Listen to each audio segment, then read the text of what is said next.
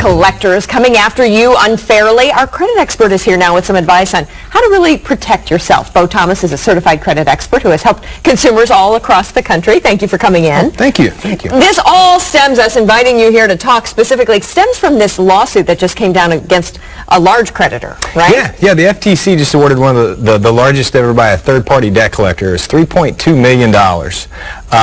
For doing what we find a lot of collectors do every day to consumers. But they were just called on it. Yeah, really cracking down. So there are some serious, very specific laws for creditors to call you or get in touch with you and how they can do it and when they can do it. Let's go through those and talk about those because there are certain even times of day they can do it, right? Yeah, absolutely. And a lot of them don't follow the rules. But some of the most common ones that they violate, and what this $3.2 million settlement was, calling before 8 o'clock in the morning or after 9 o'clock at night, hiding their identity. One of the really common ones there is that they block their caller ID, so you don't know who it is that's calling. So you go ahead and pick up. Absolutely. Right.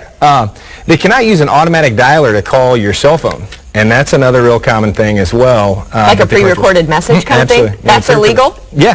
If they leave no matter the time of day. Yeah, no matter the time of the day, but that's only on your cell phones. It's a little tricky there. But only on your cell so on your home phone, that's okay. All right, very good. And this first one we forgot to mention is you cannot call several times. Yeah, there's a limit. That's harassed. There's case law out there that states that more than 3 times in a day can be construed as harassment. Aha, so 3 is their max per 24-hour period? Okay, and then you can ask them to cease and desist. You can make a formal request of some sort? If you tell them that you refuse to pay the debt and to stop calling, they have to stop calling. If they continue to call after that, that's when you need to take action. Okay, so now I see in a court situation or something, if you try and turn to legal help for this, it turns into a he said, she said. So how in the world do you protect yourself? Yeah, the best thing, you can take steps, document all calls, log all the calls as they call, even if it's a log, just jot down who you spoke with, what time of the day. So even just your own handwritten? Absolutely, that's all you need. You don't have to have the smoking gun or anything like that. Yeah. Okay. Yeah, just document down. You can go to our website. We have a lot of the free information. There's a log and steps of what to do if you're getting these calls. Of course, if you get a recorded message, that's maybe even better proof, right? I always say that's like surveillance footage. That's documentation of them doing. Okay, so if you get that, save that recorded message and you say all written correspondence too. Yeah, if you get anything in the mail, most of those are actually covered by their business insurance, so you don't see very many violations there. But any correspondence you get, absolutely. There's rules that they have to follow.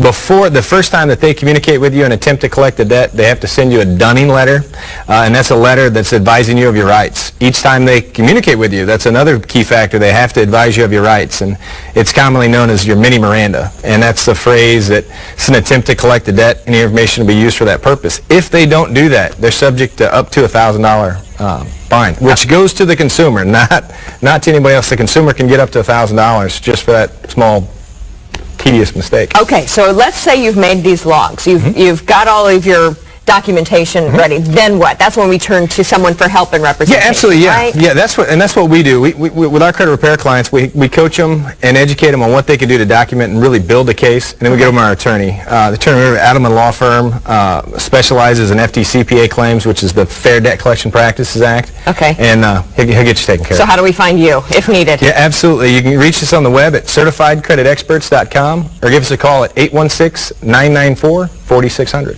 Always a pleasure chatting with you. Thanks for coming in today. Absolutely.